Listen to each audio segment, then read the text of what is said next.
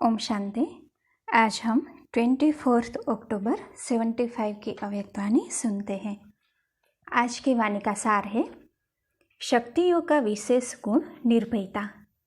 शिव शक्ति सेना के सर्वोच्च अधिपति सर्वशक्तिवान शिव बाबा ने पंजाब व गुजरात जोन की शिव शक्तियों को संबोधित करते हुए ये मधुर महावाक्य उच्चारे। शक्तियों का विशेष गुण निर्भयता का गाया हुआ है। वह अपने में अनुभव करती हो। निर्भय सिर्फ कोई मनुष्य आत्मा से नहीं, लेकिन माया के वार से भी निर्भय। जो माया से घबराने वाली नहीं, उसको शक्ति कहा जाता है।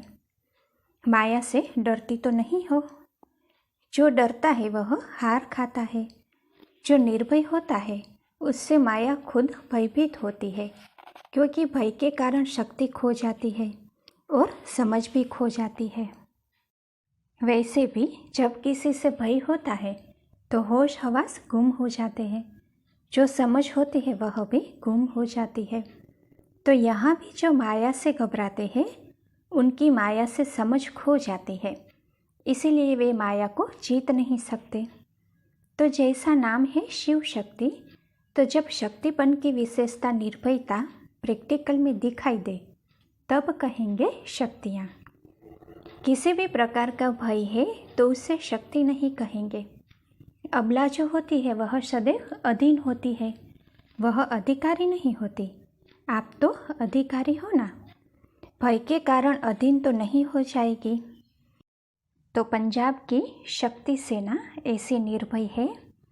जब से ब्राह्मण बने हो तो माया को चैलेंज दी है कि आओ माया, जितना वार करना हो उतना करो, मैं शिव शक्ति हूँ। माया के परवश होना अपनी किसी कमजोरी के कारण होता है।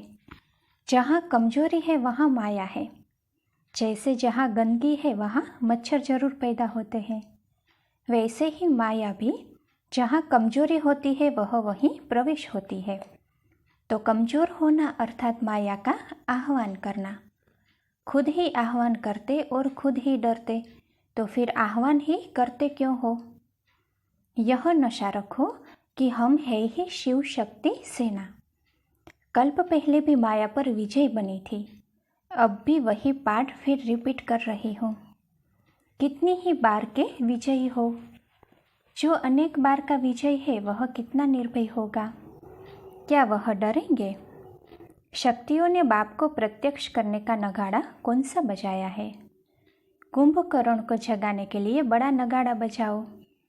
छोटा नगाड़ा बजाती हो तो कुंभकर्ण करवट तो बदलते हैं, अर्थात अच्छा तो करते हैं, परंतु फिर सो जाते हैं। तो उन्हों के लिए अब छोटे मोटे नगाड़े से काम न होगा, इसीलिए बार बार संपर्क बढ़ाना पड़े। उन्हों का दोष नहीं, वह तो गहरी नींद में है। तुम्हारा काम है कोई विशेष प्रोग्राम बनाए उन्हों को जगाना। प्रवृत्ति में रहते अपने को सेवाधारी समझने से ही बाप को सदा साथी बना सकेंगे। पंजाब से आए हुए गोपों से मुलाकात करते समय अव्यक्त बाप दादा ने ये मधुर महावाक्य उच्चारे। जैसा स्थान होता है उस स्थान की स्मृति से भी स्थिति में बल मिलता है। जैसे मधुबन निवासी कहने से फरिश्तापन की स्थिति ऑटोमेटिकली हो जाती है। फरिश्ता अर्थात जिसका देह से रिश्ता नहीं। तो जो भी देह के रिश्ते हैं वह सब यहाँ भूल जाते हैं। थोड़े समय के लिए भी यह अनुभव तो करते हो ना। यह बीच बीच में मधुबन में आना इतना मुश्किल होते हुए भी यह अनुभव करने क्यों आते हो? बार बार यह अनुभव तो कराया जाता है। यहाँ का अनुभव वहाँ स्मृति में बल देता है, इसीलिए मधुबन में आना जरूरी है। वहाँ प्रवृत्ति में रहते हो, वह भी सेवा अर्थ। घर समझेंगे तो गृहस्थी, सेवाधारी समझेंगे तो ट्रस्टी। गृहस्थी में चारों ओर के कर्म बंधन खींचेंगे। सेवाधारी समझेंगे तो ट्रस्टीपन में मेरापन खत्म होगा। गृहस्थी में मेरापन होता है। मेरापन बहुत लंबा है। जहाँ मेरापन है वहाँ बाप नहीं हो सकता। जहाँ मेरापन नहीं वहाँ बाप है। गृहस्थीपन में हद के अधिकारी बन जाते हो। मेरा माना जाए, मेरा सुना जाए और मेरे प्रमाण चलना चाहिए। जहाँ हद का अधिकार है वहाँ बेहद का अधिकार खत्म हो जाता है।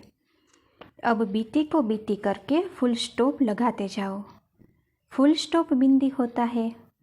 फुल स्टॉप नहीं लगाते अर्थात बिंदी रूप में स्थित नहीं होते हो तो या तो आश्चर्य या कोमा या क्वेश्चन लगा देते हो। आश्चर्य की निशानी क्या कहे? जो कहते हैं ऐसे यह होता है क्या? ब्राह्मणों में यह बातें होती है। यह आश्चर्य की निशानी हो गई। यह भी नहीं होना चाहिए। यह क्यों हुआ? क्यों क्या कहना? यह क्वेश्चन हुआ। यह भी व्यर्थ संकल्प उत्पन्न होने का आधार है। जो होता है उसको साक्षी हो देखो। साक्षी के बजाय आत्मा के साथी बन जाते हो। बाप के साथी के बजाय आत्मा के साथी बन जाते हो। अच्छा, ऐसी बात है, मैं भी ऐसा समझता हूँ। यह है सुनने का साथ और सुनाने का साथ। तो जहाँ आत्मा के साथी बने तो परमात्मा के साथी कैसे बनेंगे? जितना समय आत्मा का साथी उतना समय बाप के साथी नहीं बनेंगे। यह खंडित योग हो जाता है। खंडित चीज़ फेंकने वाली होती है। वही मूर्ति जो पूजने योग्य होती है, जब वह खंडित हो जाती है तो उसकी कोई वैल्यू नहीं होती। तो यहाँ भी जब योग खंडित तो श्रेष्ठ प्राप्ति नहीं अर्थात वैल्यू नहीं। सदा के साथी, अखंड योगी, अटूट योगी और निरंतर बाप दादा के साथी, ऐसे है पंजाब निवासी। अच्छा, अभी इस मुरली के विशेष तथ्य सुनते हैं। पहली पॉइंट, जैसा स्थान होता उस स्थान की स्मृति से भी स्थिति में बल मिलता है। दूसरी पॉइंट, प्रवृत्ति में रहते घर समझेंगे तो गृहस्थी, सेवाधारी समझेंगे तो ट्रस्टी। तीसरी पॉइंट, अब बीती को बीती करके फुल स्टॉप लगाते जाओ तो व्यर्थ संकल्पों का चक्कर चलना रुक जाएगा। चौथी पॉइंट, सिर्फ मनुष्य आत्मा से ही नहीं बल्कि माया के वार से भी निर्भय आत्मा शक्ति है। पांचवी पॉइंट, अपनी ही किसी कमजोरी के कारण माया के परवश होते हैं। छठवीं पॉइंट, मैं कल्प कल्प की अनेक बार की विजयी आत्मा हूँ। यह याद रहने से माया से निर्भय रहेंगे। अच्छा, ओम शांति।